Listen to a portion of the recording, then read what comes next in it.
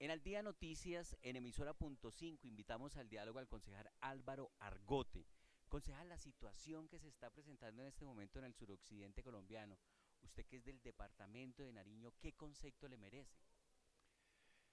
Bueno, yo soy bogotano por adopción, ¿no? Obviamente llevo aquí en Bogotá un poco más de 40 años de vivir y la ciudad aquí me ha aportado mucho. Aquí me formé profesionalmente en la Universidad Nacional y en la Universidad Libre.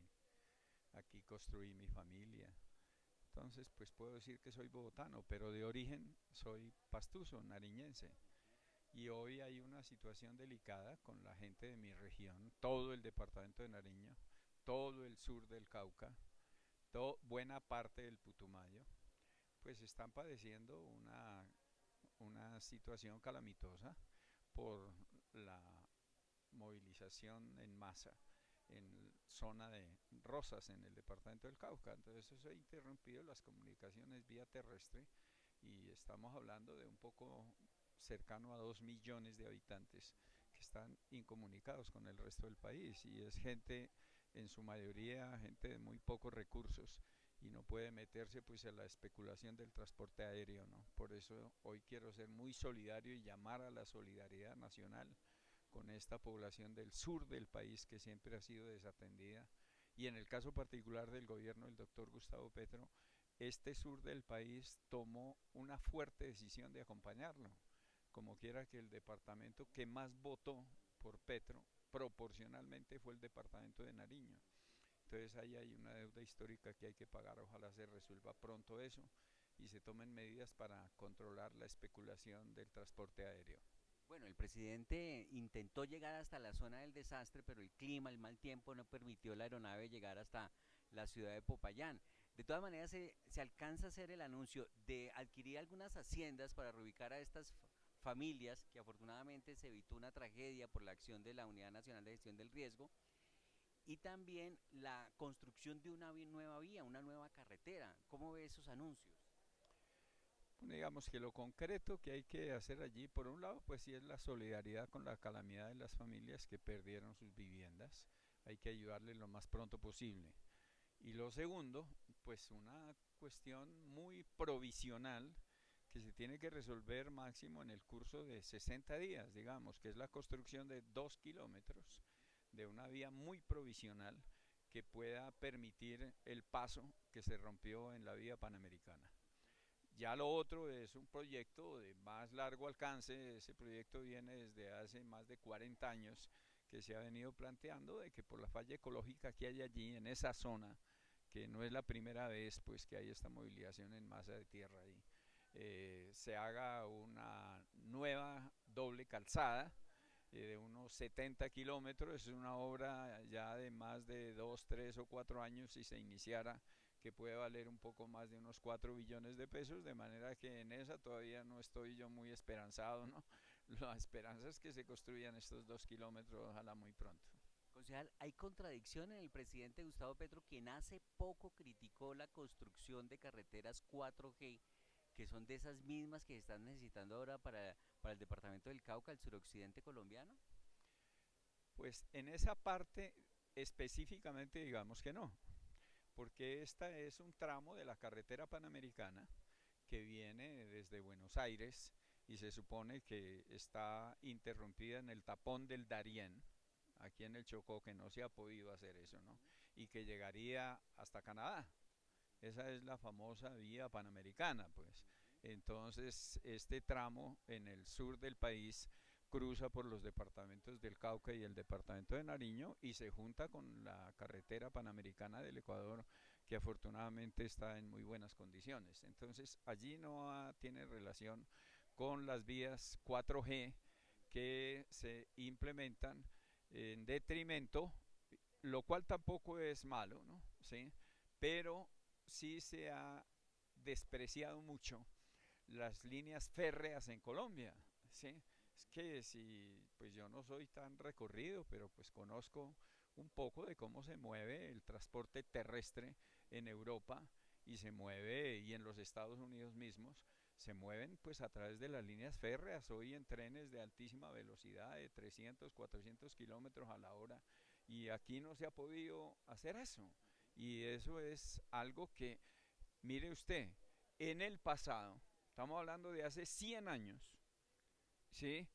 70, 80 años, había más visión de los gobernantes y más compromiso porque la vía férrea de Buenaventura para llegar con pasajeros y con carga a Barranquilla prácticamente estaba diseñada, pasaba por el centro de aquí del país, por Bogotá y por Sogamoso y continuaba, pero esa fue una visión espectacular y que los gobiernos y sobre todo el transporte terrestre automotor lo ahorilló y lo hizo a un lado y hoy estamos padeciendo esa grave consecuencia. Concejal, sigue en el polo, ¿no? Sigo, por supuesto, claro, en el polo, determinantemente, y hoy celebrando la llegada de un nuevo senador del polo al Congreso de la República. Bueno, ¿cómo va el gobierno Petro? ¿Cómo lo ve usted desde el polo? Pues yo desde el polo veo con mucha expectativa y sobre todo con expectativa popular. La gente está pendiente, la gente es más inmediatista, la gente cree pues que las cosas estructurales del país se pueden cambiar a toda carrera, eso no es muy fácil, pero creo que el presidente debe concentrarse en dos o tres asuntos, ¿no? Y entre ellos, uno, el de unas reformas sociales que son imperativas. La reforma agraria del campo, Que ya está en marcha. sí, que ojalá pues se concrete, ¿no? Porque hasta ahora pues está el planteamiento hecho, pero pues hasta ahora no se ha concretado, no está ni siquiera el proyecto de ley completo en el Congreso de la República, ¿sí? Estas otras reformas a la salud que son imperiosas también, hay que hacerle cambios al Sistema Nacional de la Salud imperativamente. Es que no es presentable que un poco de EPS que intermedian la poca plata que hay de la salud hoy se hayan liquidado y le quedaron debiendo a las instituciones prestadoras de salud, a las IPS, le quedaron debiendo a los hospitales y clínicas un poco más de 30 billones de pesos. Se los embolsillaron y se fueron, pues. Se declararon en quiebra y se fueron. Pero usted no es partidario de liquidar la CPS. Uh, yo creo que no es una imperiosa necesidad intermediar la plata de la salud. La plata de la salud que la nación aporta debiera ir directamente a la clínica y debiera ir directamente al hospital. Pero entonces sí, que liquiden las CPS, sí que las Sí, liquiden. eso no es una necesidad tenerlas hoy, ¿no? Pero pues hay fuerzas políticas duras que lo impiden, pero sobre eso hay que tomar medidas. Pero te decía, el gobierno del doctor Gustavo Petro tiene que concentrarse en eso, en unas reformas sociales muy concretas, ¿sí? Concretas. Y eso será lo que aclimate el proceso de paz en Colombia, con todas las violencias que hay, que es un propósito espectacular, pues, ¿no? Es que aquí la gente no se sabe y no se imagina que aquí hay una cantidad de organizaciones armadas muy poderosas, aparte del narcotráfico, aparte de algunas que todavía tienen una estructura de guerrilla por su condición política, pero que a la postre también se han mezclado pues con los negocios del narcotráfico. Esa es una presencia armada en el país muy grande. Pero entonces ve difícil la paz total. Sí, eso no es sencillo, ¿no? No es sencillo, pues, eso no es de aquí que a la vuelta de un año la gente va a estar celebrando eso, ¿no? Eso va a tener muchas complicaciones, digo, pero esa es una meta del gobierno del presidente Petro en la cual debería empeñarse a fondo, porque eso, si se resuelve, más que la renta política, eso va a aclimatar las inversiones en el país, nacionales e internacionales, y entre más inversión que haya, más riqueza se genera internamente, se disminuye la tasa de desempleo. Bueno, eso tiene unas repercusiones muy espectaculares. De momento se están dando durísimo los choques armados en el AUCA, dejan 10 personas muertas entre ELN y FARC.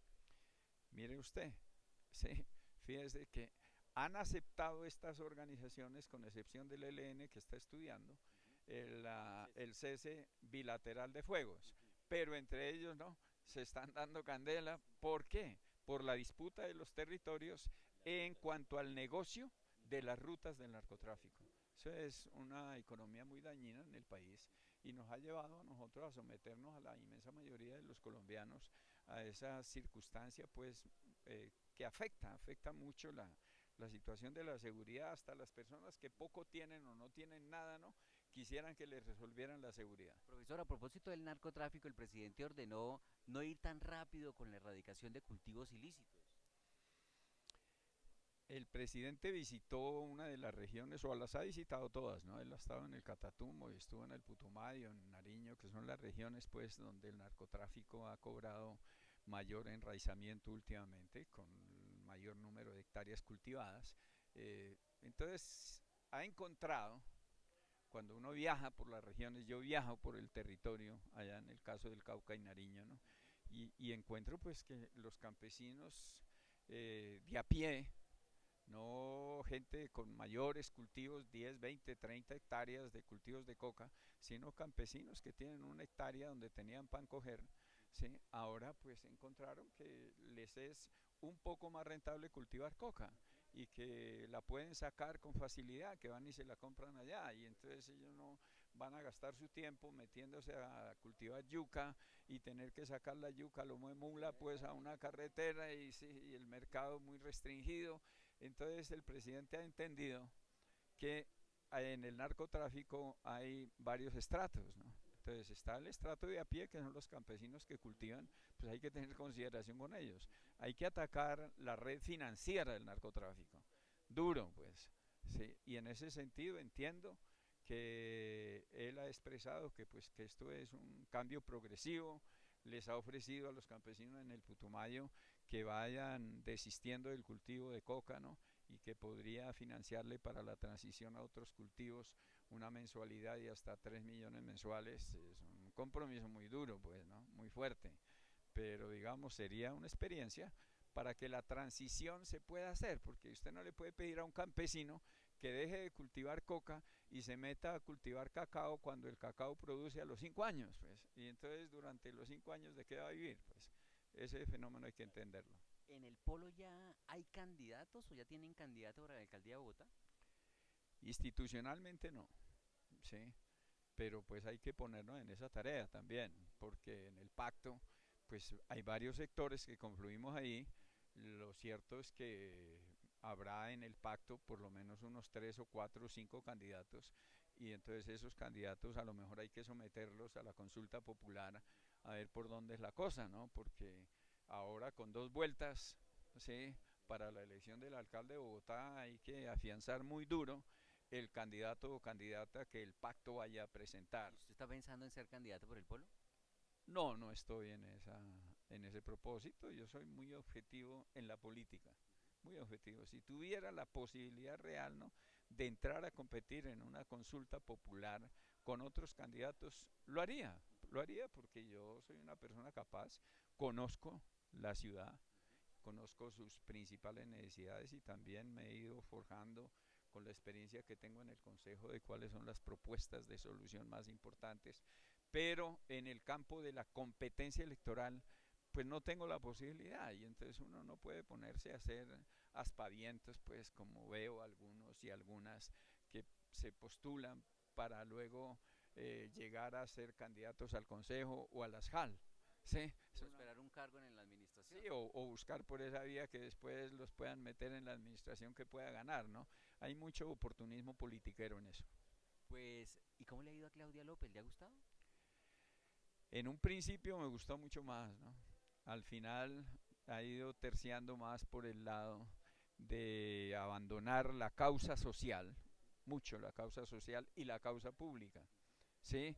Y entonces empezó a favorecer un poco más el interés de la gran empresa particular para administrar los grandes asuntos de la ciudad. Esa partecita final no me ha parecido bien. Concejal, muy amable, gracias. Bueno, usted, campeón de las comunicaciones, siempre, mi querido doctor Didier, lo he conocido y reconocido por llevarle a la gente la información. Muchas gracias. Es el concejal de Bogotá, Álvaro Argote, del Polo Democrático. Estamos en Al Día Noticias, emisora .5, una pausa y ya regresamos con más noticias, más información.